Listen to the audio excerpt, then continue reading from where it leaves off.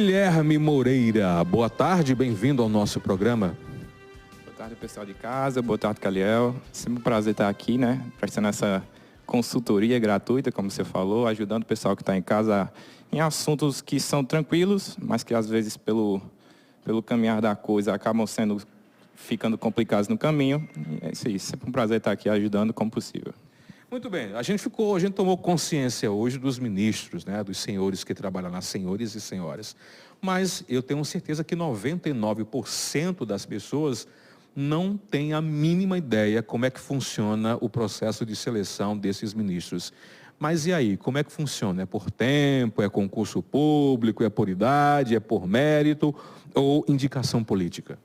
Perfeito, Caliel. Como você mesmo falou no começo, algum tempo atrás, a maioria da população nem sabia sequer que o STF existia, muito menos a sua função.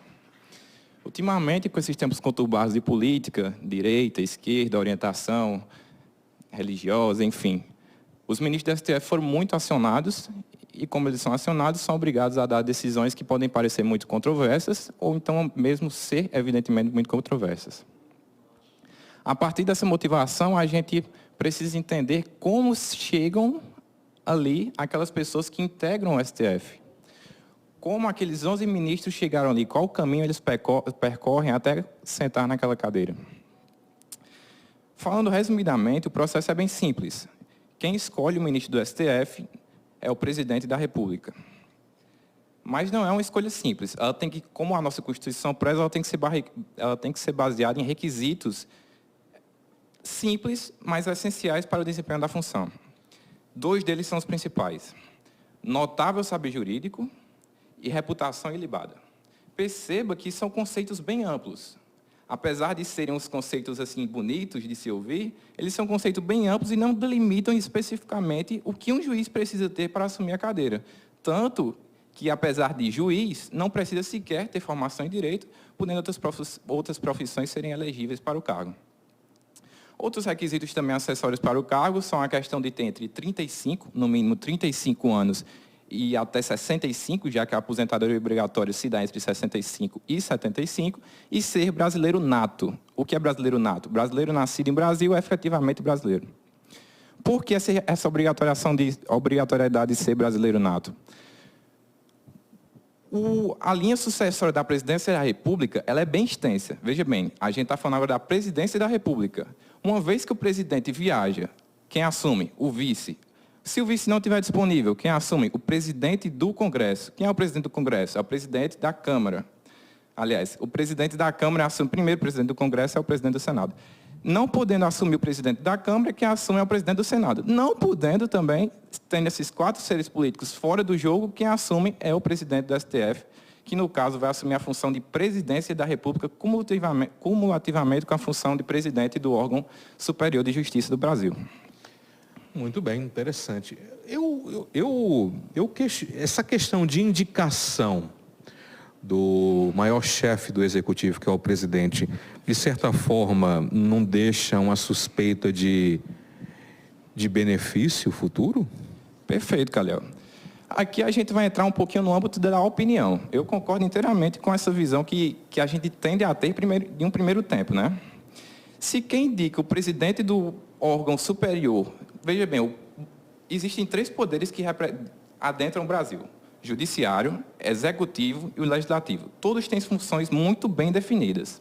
Agora, a partir do momento que o presidente da República, que é o chefe do executivo, indica para a cadeira do Supremo Tribunal Federal uma pessoa que, apesar de terem aqueles requisitos que a gente falou anteriormente, do notável saber jurídico e da reputação ilibada, uma pessoa que não tem parâmetros pré-definidos, ou seja, não tem uma regra certa, ou seja, vai mais pela querer dele, o amigo do rei, então a gente começa a ter essa suspeição de que talvez aqueles indicados não sejam a melhor escolha. Outro ponto interessante também é porque quem julga o presidente são os ministros do STF, é o órgão do STF, na maioria dos casos, juntamente com o Senado. E além de indicar o ministro do STF, o presidente da República também indica quem o acusa, quem também teria a capacidade de o acusar, que é o PGR, que é o Procurador-Geral da República. Então a gente fica numa sinuca de bico, né? Se o presidente indica quem vai julgá-lo, na maioria das vezes, e quem pode indiciá-lo por crimes que ele comete no exercício da função, como que fica o comprometimento do nosso sistema como um todo, né? Isso talvez, olhando de um grosso modo, contribua muito para o que a gente está vendo aí, de pessoas políticas que saem impunes de crimes que ficam evidentes ao olhar público. Isso é preocupante, é um modelo viciante no Brasil que eu não sei se algum dia isso vai mudar. Eu acho absurdo. Por mais que diga, não, mas aqui não tem nada a ver, mas no momento em que um político indica alguma coisa, já está pesando na maior corte de justiça do país, que é para ser isenta de qualquer posição partidária de A e B, quando na verdade os ministros são indicados por um político. E obviamente não venham dizer essa não, que fica aquela história, eu estou devendo um favor. Hoje o ministro ganha o quê? Uns 48 mil reais? O ministro ganha o teto, né? O teto do funcionalismo público é o máximo. O máximo que um funcionário público é baseado exatamente no que o ministro ganha. Se eu não me engano, na última vez que eu olhei era 43 mil. 43 mil, que é o teto do funcionalismo público. Fora as regalias, né? Fora o que ele não gasta nada, né? Resumidamente, ele não gasta nada. O dinheiro vai para o bolso do salário. É um absurdo isso. Essas indicações, se bem que você já falou algumas coisas, são 11 ministros hoje, se não for a memória? 11 ministros, 10 mais o presidente. Agora, 11 ministros, mas a gente também tem uma corte de advogados ao redor deles também, né? Uma corte de assessores. Assessores jurídicos, né? Isso. 11 pessoas, eu acho que o mais jovem de lá deve ter 48 anos, eu acho mais ou menos isso. Por aí. Ou seja, já está aos 50, 60 anos, 70 anos. Não estou aqui dizendo que as pessoas da terceira idade são inúteis, longe disso, pelo amor de Deus. Mas é difícil uma pessoa nessa idade conseguir atender uma demanda de centenas ou milhares de processos que devem estar rolando por lá diariamente, não é? Sim, perfeito. Você acha que deveria aumentar o número de ministros? O número de ministros, eu acho que é uma medida arriscada. É uma medida arriscada Por quê? Porque mexe com diversos fatores que vão desde quem vai indicá-los e o poder de quem vai indicá-los. Uma vez que, por exemplo, o número atual são 11. Se subirmos esse número, tem que ser um número ímpar, né? Para ter a efetiva decisão. Porque tem que ter um a mais, enfim, nas decisões.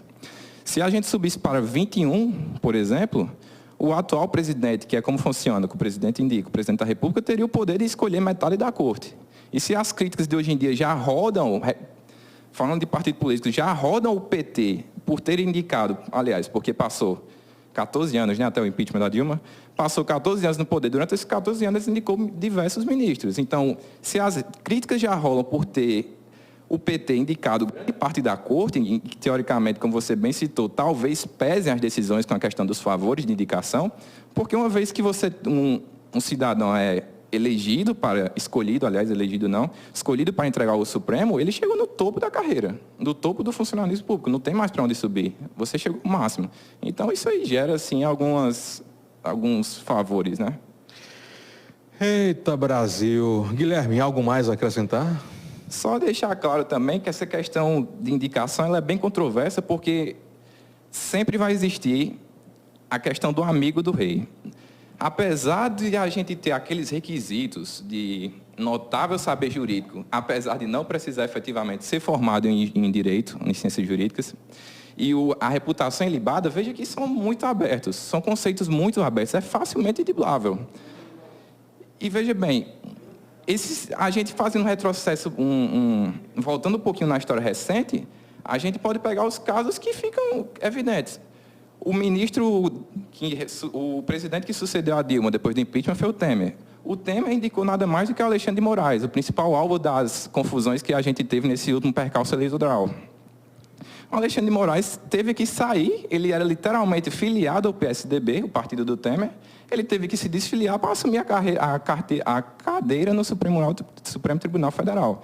Então, a gente percebe que, evidentemente, não é baseado no saber jurídico, é baseado na sua amizade com quem está na cadeira de presidente da República. No caso do Bolsonaro, sucedendo cronologia.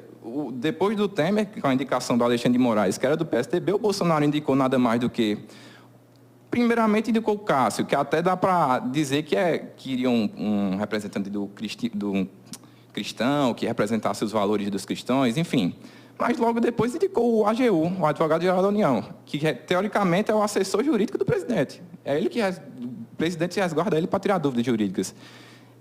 E agora, atualidade, Lula, tudo indica, 90% de certeza, que vai indicar o Zanin, que é o advogado que defendeu ele das acusações da Lava Jato. E percebe-se por aí que o caminho para a indicação tem erros evidentes. Agora, resta saber quem vai ter coragem de enfrentar esse longo caminho que teria para corrigir esses erros. Vale a pena ser amigo do rei. Vale muito a pena. Infelizmente, Nosso Brasil atual. Sendo realista, saindo do mundo dos ideais, ser amigo do rei é a melhor escolha que você pode fazer, infelizmente. Guilherme, obrigado. Mais informações, como encontrá-lo? A gente está nas redes sociais, Guilherme Moreira, quem precisar de algum auxílio, a gente está por lá. E sempre fica a critério de vocês buscar sempre o melhor canal de informações, né? A gente vê muitas notícias circulando pela mídia, muito sensacionalismo. Sempre que vocês verem alguma coisa muito sensacionalismo, alguém muito gritando, falando que aquilo é errado, nada é totalmente certo, nem nada é totalmente errado. Tem sempre os percalços, né? E a gente tem que ficar atento a esses pormenores para a gente ter uma opinião realmente formada e embasada em argumentos verídicos.